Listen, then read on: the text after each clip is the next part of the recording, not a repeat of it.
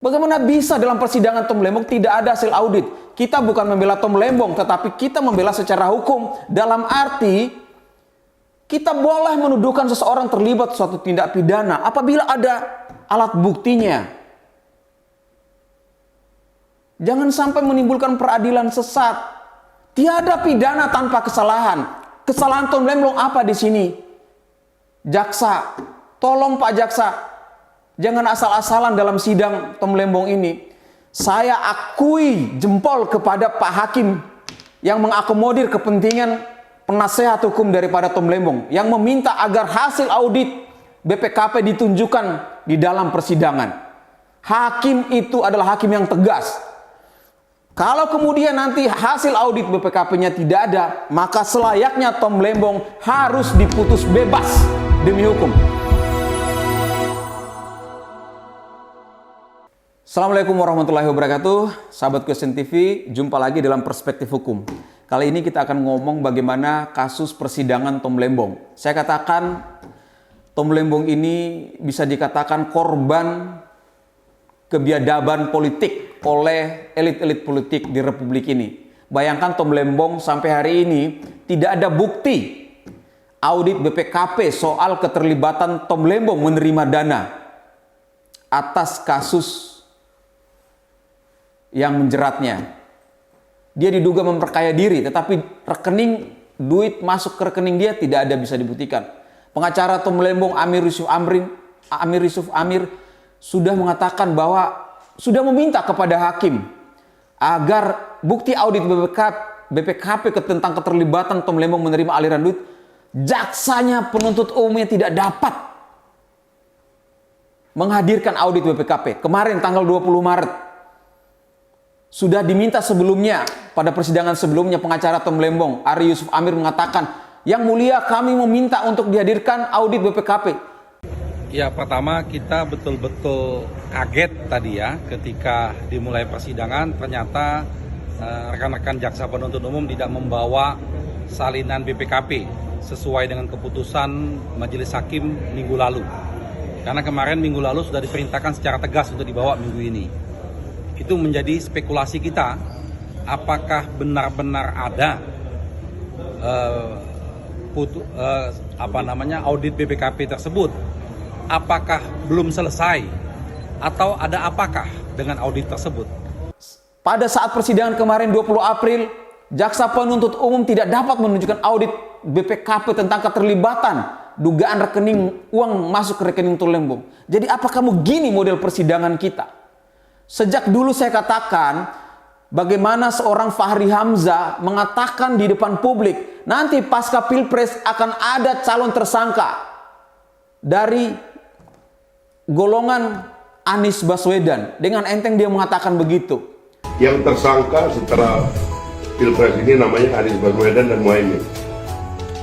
Kalau sebaliknya nanti Pak. Namun yang terjadi yang menjadi tersangka adalah Tom Lembong. Ini apa-apaan model bacot seperti ini? Semestinya negara ini kekuasaan politik itu harus direduksi, jangan terlalu dominan. Karena apabila lawannya kalah, maka dia akan mencari kesalahan lawannya ketika dia menjabat. Ini rusak sekali. Bagaimana kemudian hasil audit BPKP di sidang Tom Lembong tidak dapat ditunjukkan oleh jaksa? Apakah jaksanya belum punya hasil audit BPKP ataukah memang tidak ada? Ini jadi pertanyaan publik. Jangan sampai terjadi peradilan sesat dalam perkara Tom Lembong. Pak Prabowo Subianto, tolong Pak dilihat ini rusaknya hukum di Republik ini. Kalau mentang-mentang kita punya kuasa, mau seenaknya kita menuduh seseorang tanpa alat bukti yang jelas bahwa dia terlibat kasus pidana. Apakah model seperti ini di negara kita akan kita agung-agungkan? Menghukum seseorang tanpa alat bukti sama saja dengan membunuh seseorang. Kebiadaban yang terstruktur. Bagaimana bisa dalam persidangan Tom Lembong tidak ada hasil audit? Kita bukan membela Tom Lembong, tetapi kita membela secara hukum. Dalam arti, kita boleh menuduhkan seseorang terlibat suatu tindak pidana apabila ada alat buktinya. Jangan sampai menimbulkan peradilan sesat. Tiada pidana tanpa kesalahan. Kesalahan Tom Lembong apa di sini? Jaksa, tolong Pak Jaksa, jangan asal-asalan dalam sidang Tom Lembong ini. Saya akui jempol kepada Pak Hakim yang mengakomodir kepentingan penasehat hukum daripada Tom Lembong yang meminta agar hasil audit BPKP ditunjukkan di dalam persidangan. Hakim itu adalah hakim yang tegas. Kalau kemudian nanti hasil audit BPKP-nya tidak ada, maka selayaknya Tom Lembong harus diputus bebas demi hukum. Free sprach. Karena ini sudah bukti nyata bahwa kekuasaan politik, kebiadaban politik terlalu campur tangan jauh di dalam persoalan ini. Kalau mau fair, menteri-menteri sebelum Tom Lembong juga diperiksa terkait kebijakan yang mereka keluarkan. Kalau unsurnya memperkaya diri, tentu saja secara tidak langsung harus ada bukti juga di mana keterlibatan rekening Tom Lembong, apakah ada uang atau tidak. Buktinya audit BPKP tidak ada sampai hari ini. BPK juga begitu.